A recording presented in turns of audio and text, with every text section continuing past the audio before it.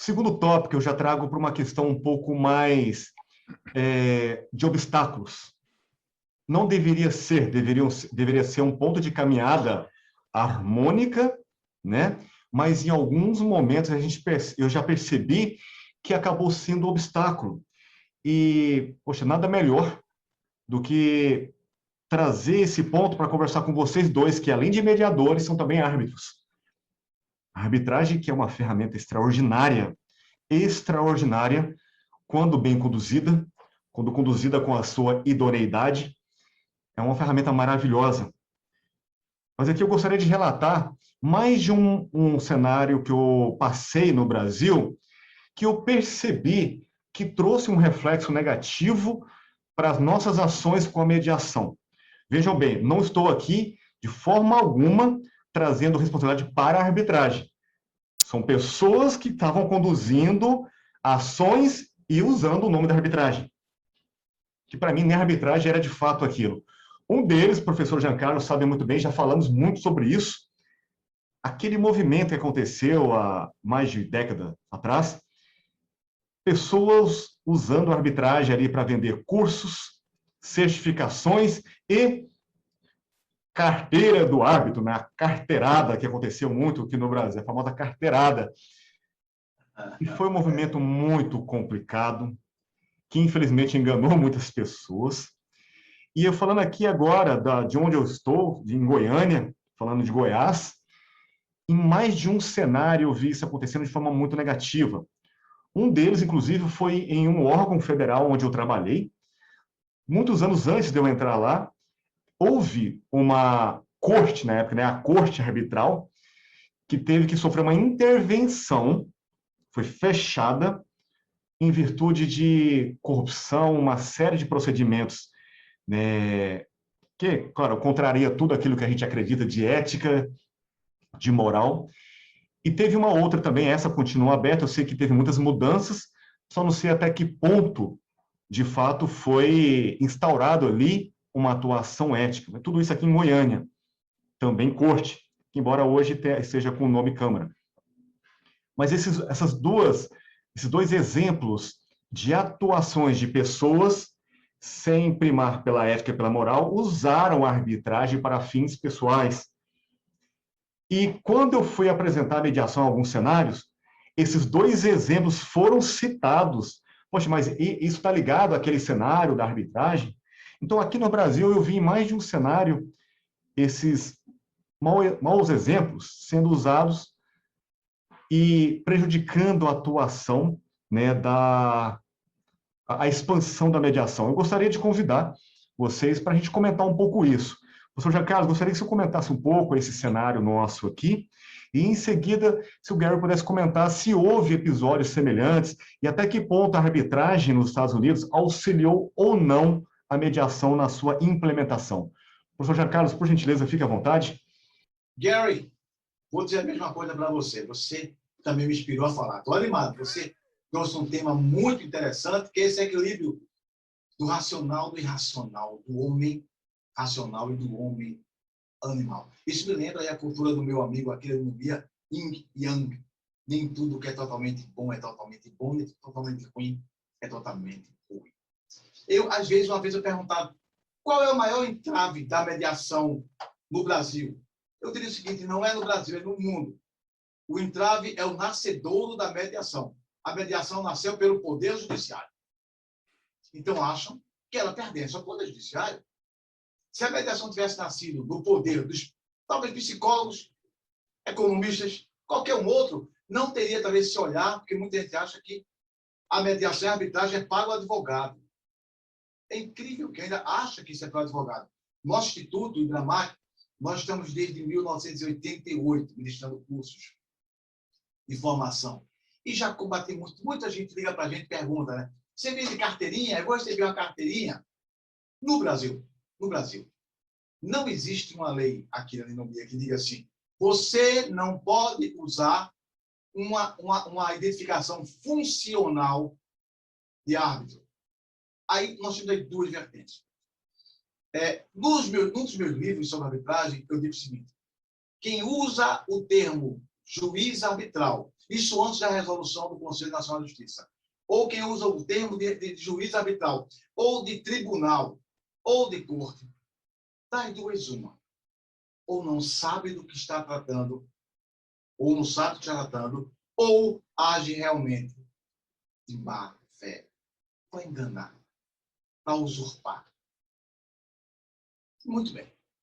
A arbitragem está no Brasil desde 1824, nas edições paulinas e manuelinas. Em 1988, quando aqui cheguei, dos Estados Unidos da América, eu já falava sobre arbitragem, eu falava sobre... E ninguém sabia o que era arbitragem. Ninguém sabia o que era mediação. Eu fui um dos pioneiros a falar sobre mediação e arbitragem no Brasil. Ninguém sabia. Nos meus contratos, Gary, já tinha lá uma cláusula compromissória, uma cláusula de arbitragem, ninguém entendia. Quando eu trouxe para o Brasil, o que é muito comum dos Estados Unidos da América, a cláusula de confidencialidade, ninguém queria assinar. Ah, não vou assinar, não. Por que não? Por que confidencialidade? Você não confia em mim? Se eu confio em você. Isso é uma cláusula de confidencialidade e não divulgação do que nós vamos conversar. É confidencial. Não, você não confia em mim? Não. Aí eu expliquei, olha, nos Estados Unidos da América, não, lá é lá, aqui é aqui. Mas aos pouquinhos, eu precisava educar essas pessoas, porque eu sou esse jardineiro. Eu tenho que educar, ele está bruto. Aquele lado animal, Gary, ele está pesando muito, ele quer lutar, ele quer se defender, mas eu preciso explicar a ele que nós podemos parar para entender. Eu disse, olha, deixa eu explicar. Se você não concordar comigo, não aceitar, eu aceito sua decisão, mas pelo menos escute, dialogue comigo. Escute, por favor, explicar para eles. Então, a arbitragem, claro, começaram a usar a palavra no Brasil, tribunal, começaram a usar as palavras juiz arbitral, porque não existe uma lei que proíba.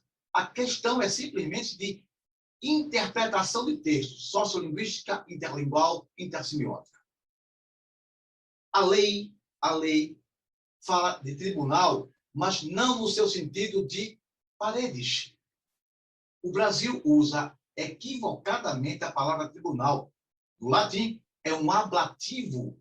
Tribunal ou tribunos, no seu original, que é o julgador. O tribunal é a reunião de julgadores, é a reunião de árbitros, é a reunião de juízes para julgar um determinado caso. O Brasil apropriou-se de várias palavras, sobretudo dos primos e irmãos americanos, trazem para o Brasil, interpretam como eles acham que devem interpretar e vai usando, e sai do contexto de compreensão.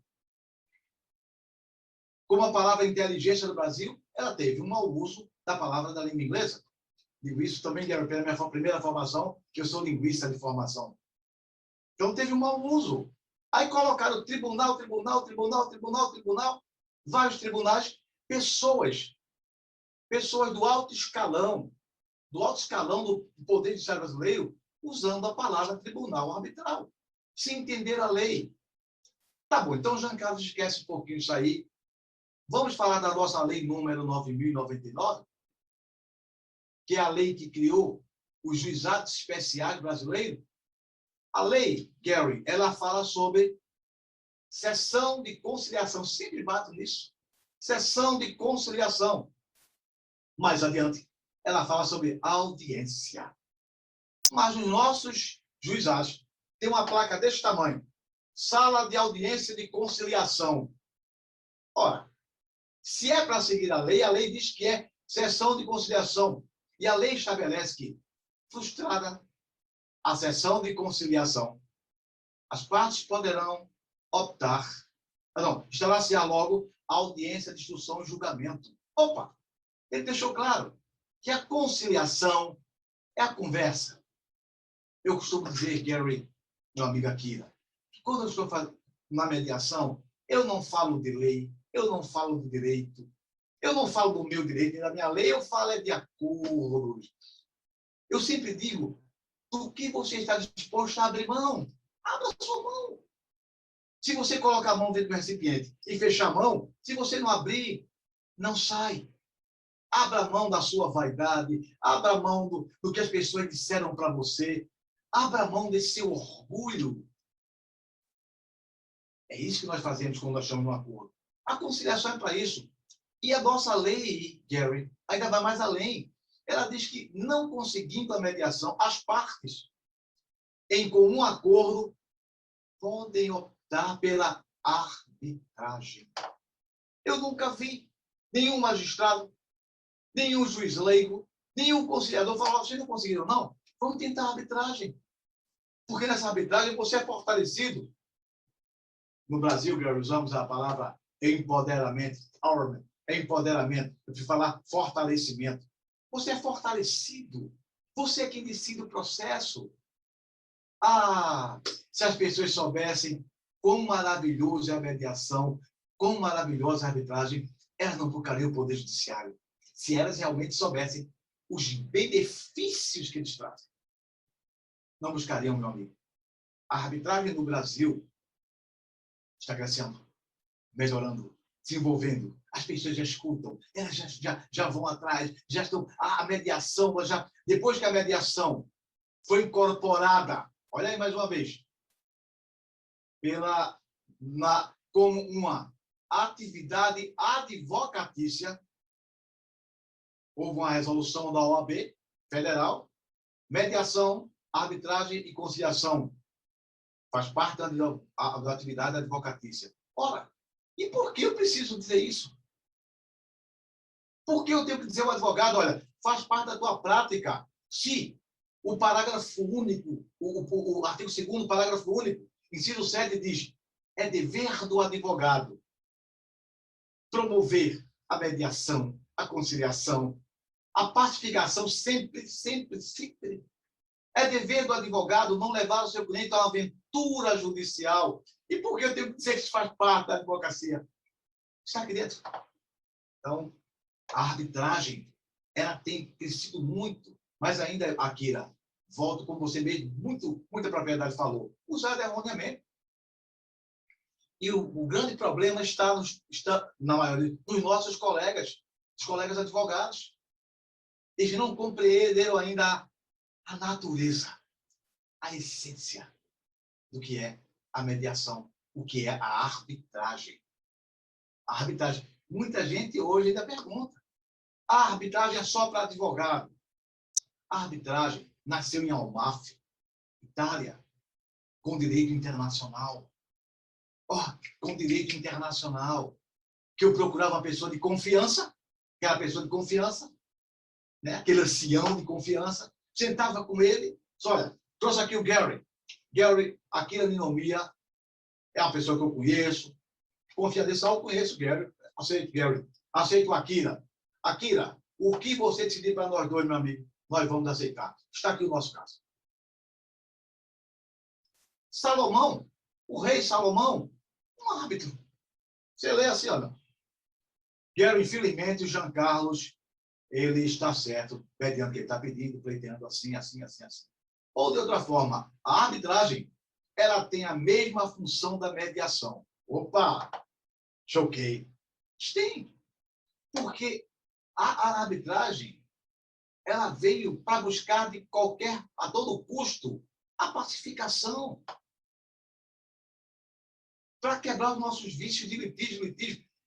Na arbitragem, eu posso conversar, né? Bater papo, dialogar, e o árbitro está ali reforçando com todas as suas habilidades, que são inatas, com todas as suas competências, que são aprendidas. Essas competências aprendidas que vai fazer com que ele tenha essa natureza.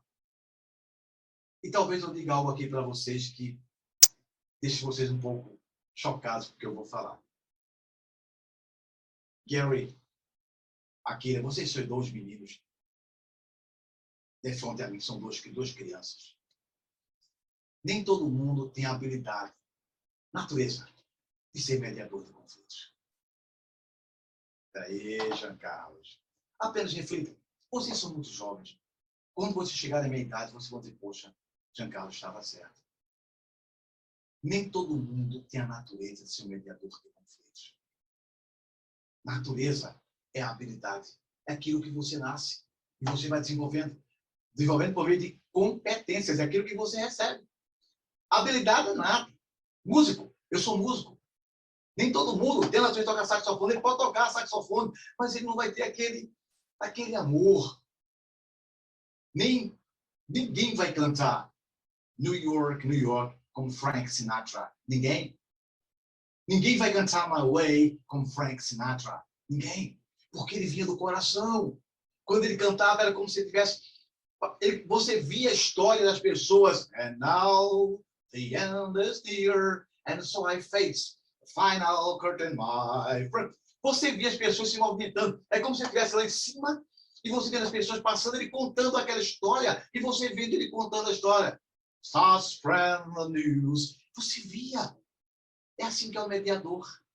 Ele tem que trazer de dentro dele. Ele é mediador e não está mediador. Vocês concordam comigo, Gary?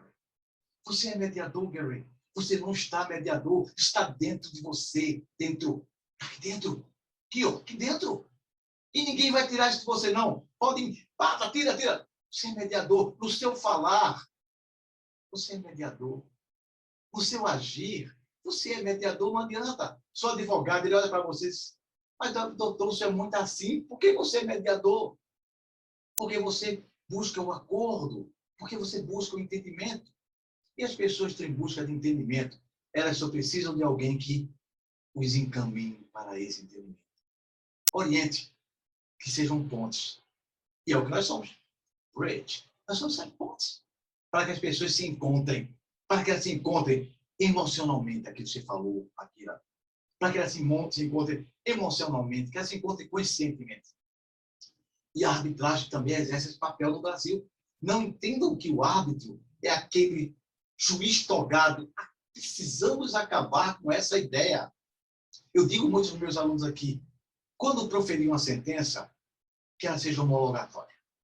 Que ela seja homologatória da paz, que ela seja homologatória da felicidade, que ela seja homologatória da satisfação. E, por fim, que fale o nome acordo. Mas, por outro lado, há pessoas que vêm para a arbitragem, como o senhor mesmo falou, que é usar o nome do tribunal, juiz arbitral. A resolução diz que veda o uso. Não é proibido. Não tem uma lei específica que proíba. Mas devemos nos isentar. Perfeito. Perfeito. Maravilhosa explanação. Maravilhosa. Gostaria de fazer aqui dois comentários. Primeiro, quando você fala a mediação e a arbitragem, elas têm a mesma finalidade. Farei aqui aquela analogia já tradicional, mas que vale a pena ser repetida. Pouco menos de foco em qual caminho, mas saber aonde queremos chegar. Onde queremos chegar. Quer seja a mediação, quer seja a arbitragem, quer seja sentando e conversando. E aí já conecta com o segundo comentário. E, bom, conforme as suas palavras, embora sendo novo, mas dizem por aí, dizem que eu já nasci velho, né? Já dizem que eu já nasci velho. Eu concordo nessa questão, no que diz respeito a que nem todos talvez estejam intrinsecamente prontos para serem, de fato, mediadores, por uma seguinte questão. Podem, sim, ter todo o treinamento técnico, desenvolver todos os elementos técnicos, mas eu acredito, é uma percepção minha, estou colocando aqui a minha opinião pessoal, que o verdadeiro mediador, e vou além, o verdadeiro pacificador, ele o faz não necessariamente com técnicas, mas com sua simples presença. O que eu diria que é algo quântico. Algo quântico. A presença da pessoa, ela já começa a inspirar outros. Aquilo que dizem, né, desde o ditado popular, mas hoje a física quântica já explica. Eu chego perto daquela pessoa, eu sinto uma paz, ou eu adentro naquele espaço, eu me sinto bem. Então, tudo isso que se soma. Então, essa presença da pessoa aliada à técnica, isso potencializa. Mas não necessariamente a técnica da pessoa atribui a ela essa presença pessoal natural. mas pode ajudar na sua construção e lapidação. Gratidão, meu irmão, brilhante colocação. E eu gostaria aqui agora de trazer o Gary, para trazer a sua visão, Gary, sobre como tem sido essa relação mediação-arbitragem nos Estados Unidos. Fique à vontade para trazer a jornada desses dois, como que está hoje. O momento é todo seu, meu amigo. Fique à vontade. Muito obrigado. Vou começar onde a gente parou agora. Essa história de mediação, mediador. Eu concordo completamente. Acho que uma pessoa nasce mediador ou não. Não quer dizer que vai ser mediador, não quer dizer que vai ser mediador bom, mas sem o gênio de mediação, nunca vai ser um mediador ótimo. E muita gente me pergunta, Gary, você é mediador e árbitro? Qual que você gosta mais? A minha resposta, sistematicamente, eu gosto muito de arbitragem. Tem que entender, eu gosto de arbitragem, mas eu adoro mediação. Adoro mediação. É uma paixão. Eu faço arbitragem por duas razões. Um é para conhecer ao fundo o alternativo. E, João Carlos, você disse que você não se referia a essas coisas da lei dentro das mediações. Eu sim, muito. Eu digo, pensa na alternativa. É muito ruim. Eu conheço. Se a gente não chegar num acordo de mediação, tem aquela merda lá para percorrer. Você não quer isso, não. É isso. E a outra razão é porque eu ficaria absolutamente exausto se eu mediasse todo dia da semana, porque minha alma fica aí dentro. Eu deixo na mesa. Eu luto, eu fico envolvido no conflito e tudo. Quando é que começa a mediação? É primeiro contato com os advogados, os clientes. Não é um momento de sentar lá na sala ou ficar no Zoom, qualquer seja. E esse tem muito a ver com seus comentários, Akira. Tem que projetar uma coisa. Tem que projetar muitas coisas. A primeira coisa que eu tenho que projetar é que eu quero saber do caso. Eu quero saber qual é a dinâmica. Eu quero ouvir tudo. Se eu não ouvir tudo, eu não vou poder contribuir de uma maneira inteligente. Então, já mostra interesse, já mostra... Pode começar com uma certa empatia, criar qual a palavra? Confiança. E cada momento é uma busca disso, a confiança, reconhecer a essência humana das pessoas com quem está tratando. Eu sempre tento achar alguma ligação pessoal, seja, eu não sei, futebol. Sabe, futebol é ótimo. Eu tive uma mediação uns anos atrás entre um americano, e alguns anos atrás, era no início de junho do ano da Copa do Mundo. Ano da Copa do Mundo, o último. Então, já estava nos preliminares da Copa do Mundo, e com o americano eu falei do futebol americano, com o brasileiro eu falei da seleção brasileira. Sabe, cola. Mas isso é uma coisa humana. A arbitragem nos Estados Unidos decolou de uma maneira fantástica. Estou falando de arbitragem nacional, que internacional tem outra dinâmica. Muitos elementos são os mesmos, mas tem um outro nível de dinâmica que é a parte. Mas o nacional cresceu com a promessa de ter decisões mais rápidas, mais em conta do que o litígio, do que é muito caro nos Estados Unidos, e mais confiáveis, porque pode escolher o árbitro ou o tribunal, gente de confiança, gente que conhece essa área da lei ou essa área de atividade. Pode escolher um engenheiro para um projeto, eu disputo projeto de construção. É muito bom isso. Mas a comunidade arbitral, ou posso dizer a comunidade jurídica nos Estados Unidos, pisou na bola, realmente pisou na bola. Começou a introduzir, dentro do processo de arbitragem, muitos elementos que eram os piores do litígio dos Estados Unidos. O famoso discovery. Essa história de discovery, essa coisa pesada, esses objections para as regras de evidências que podem ser apresentado durante a sessão ou a audiência de arbitragem. Quando eu sinto hoje em dia como um árbitro, eu passo muito tempo dizendo para os advogados, chega de tudo isso, só conta a história.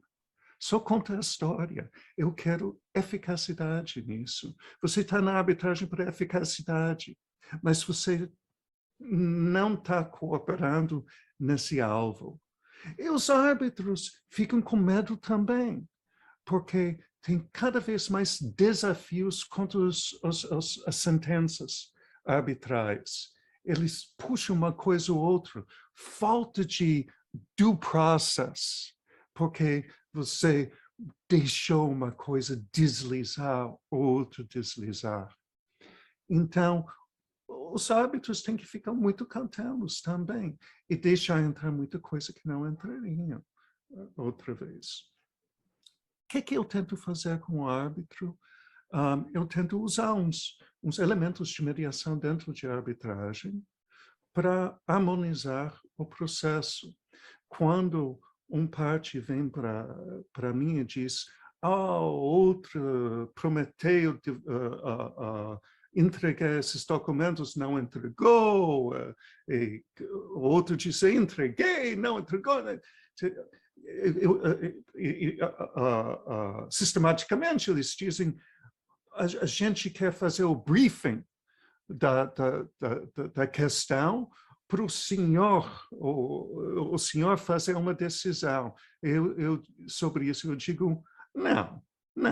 Vai ser 15 dias para chegar com os briefings seus, mais um tempo para ele digerir tudo isso. Talvez a gente tenha uma audiência sobre isso. Depois eu tenho que explicar por quê. Não, vocês dois vão resolver vocês. Vocês têm uma semana para resolver entre vocês. E se vocês não resolverem, a gente vai conversar entre nós e determinar qual é a resolução que vai ser adequado. Não vai ser perfeito, mas vai ser adequado para o processo. E daí toca num outro aspecto. Esse ajuda muito. Ajuda para a eficacidade. Mas tem outro aspecto disso que é muito interessante, olhando a jogada entre arbitragem e mediação. É que a arbitragem depende da lei. Tá? O árbitro está interpretando a lei, interpretando a junção dos fatos com a lei para decidir qual é o resultado justo. O problema com isso, grande problema, é que a lei não é perfeita. Então, frequentemente, a gente acaba tendo sentenças que são injustos de um ponto de vista moral, de ponto de vista de como diz, equities, o que é moralmente justo. Mas A lei não é perfeita, eu vou dizer. Por que a gente tem tantos regimes de lei, das leis diferentes no mundo inteiro, se tivesse uma lei perfeita? A lei não pode prevenir todas as circunstâncias. Pode tentar, mas nunca vai prevenir todas as circunstâncias. Então, sempre vai ter uma interpretação. Onde tem uma interpretação, nas mãos de um terceiro, seja juiz, seja árbitro, tem a possibilidade de erro, tem a possibilidade de as partes... Certamente, uma parte vai ganhar, a outra vai perder. E esse não é ideal. Esse não é ideal. A mediação sai disso. Sai disso. A única, como você falou, Jean Carlos, é outra história. Para mim, é referência. É referência para a alternativa. Mas você fala, as partes falam do que eles precisam. E tem que sabe, abalar eles um pouquinho, tem que entrar dentro das cabeças deles e dizer, a gente não está aqui para o justo ou para o injusto. A gente não está aqui para arrasar com o outro lado. A gente está aqui para chegar numa solução. Quais vão ser os parâmetros da solução? Os parâmetros vão ser construídos por seus valores.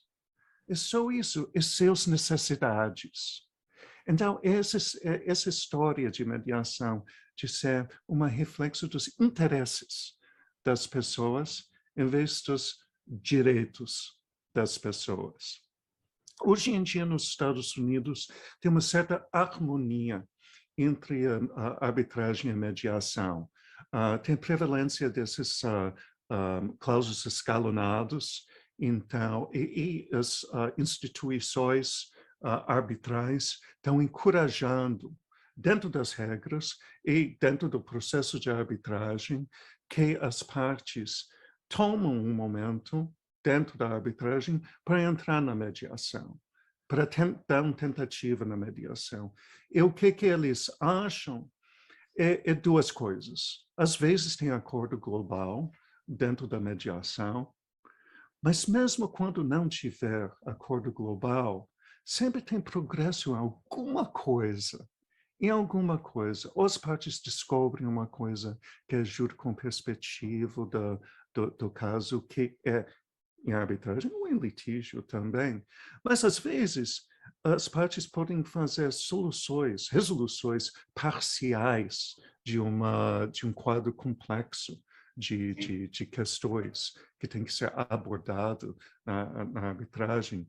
Então, encurtece, faz mais estreita a gama de questões que tem que ser resolvido formalmente na arbitragem pelo árbitro ou pelo tribunal. Então, hoje em dia tem uma certa harmonia, mas a gente tem, como eu disse na minha primeira fala, a gente tem muito ainda para percorrer para a comunidade jurídica entender essa potencialidade, esse potencial de mediação e abraçar como pode ser mais adequado para os interesses dos clientes, na vasta maioria das circunstâncias, do que percorrer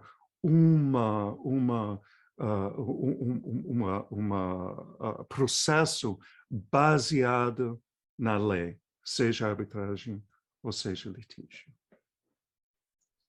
Perfeito. Excelente colocação, excelentes apontamentos do cenário como um todo.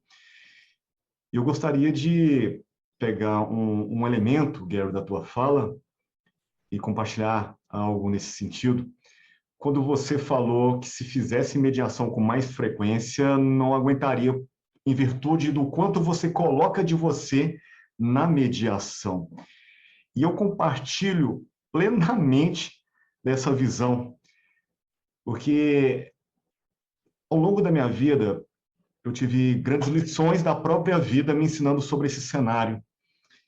E a mediação tem sido uma escola para mim nesse sentido, de forma assim muito profunda. E realmente, quando eu adentro uma mediação, eu também sinto isso, porque a minha energia quase toda daquele momento fica ali. Fica ali naquele procedimento, na conexão com as pessoas. E eu me lembro de dois grandes ensinamentos que eu recebi na minha vida. O primeiro deles é: a vida, ela não acontece conosco, ela acontece por nós. E isso se conecta com o ensinamento que eu recebi do professor David Hoffman, da Harvard, quando estávamos encerrando o nosso treinamento de mediação. Cada professor foi trazer para nós um ensinamento, um conselho para a nossa jornada como mediadores, e eu nunca me esqueço do que ele ensinou para nós. Ele disse o seguinte: tenham sempre a consciência de que cada caso mediativo que chegar até vocês está conectado com uma lição para vocês. Vem chamar a atenção de vocês para alguma coisa na vida de vocês. Isso aconteceu comigo em vários momentos, sem deixar que as dores do cenário se misturassem com as minhas dores, mas trouxeram à tona aquilo que eu tinha comigo. E eu passei a olhar para aquilo que eu não estava percebendo. E eu me recordo de um procedimento, esse foi muito marcante para mim, eu até pedi licença para minha cliente, que hoje é minha amiga, para colocar no meu livro sobre casos de mediação, muito emblemático. Nesse procedimento, era um conflito familiar, né, envolvendo duas gerações, os irmãos e os filhos, né, ali, os primos, que há mais de, eu diria, acho que quase mais de 20 anos, eles não se conversavam. E depois de meses fazendo a mediação, tinha um tio dessa cliente minha que estava auxiliando ela no diálogo com os demais, com os irmãos. E quando chegou no dia da assinatura do acordo no cartório, eu perguntei: e seu tio? Ela falou: Akira, ele está internado. Internou ontem. Eu assustei. E eu conversei com o pessoal do cartório, pedi para que fosse um oficial junto comigo até o hospital para ele assinar. Chegamos no hospital, ele estava sendo transferido para um outro. E eles falaram: não, aguarde a gente chegar até esse outro e a gente vai chegar lá e a gente fala com ele. Olha o que aconteceu. No caminho, ele entrou em coma. E 2 dias depois ele faleceu. Caramba! E caiu por terra toda a questão. Poxa. Eu fiquei me perguntando olha o termo que eu vou usar, qual é o propósito desse conflito. E eu fiz a seguinte pergunta para minha cliente: o que mais acontece nesse cenário que eu ainda não estou sabendo? Ela falou: Akira, deixa eu te explicar. Nunca te falei nada sobre isso até agora, mas esse tio que estava tentando me auxiliar, o maior conflito da família não diz respeito nem apenas a ele, mas ao cenário de descendentes dele, que é o conflito direto que eu tenho, que é uma outra geração e uma dor muito mais profunda. E eles tiveram que sentar, depois de 9, esse grupo, essa ramificação específica, depois de algo de 9 ou 10 anos, era um outro conflito que era diferente dos pais, os tios, era um conflito que envolvia os descendentes. E eles tiveram que, depois de 9, 10 anos, sentar e conversar pela primeira vez, olhando frente a frente. Ficaram bem? Não necessariamente, mas uma porta foi aberta.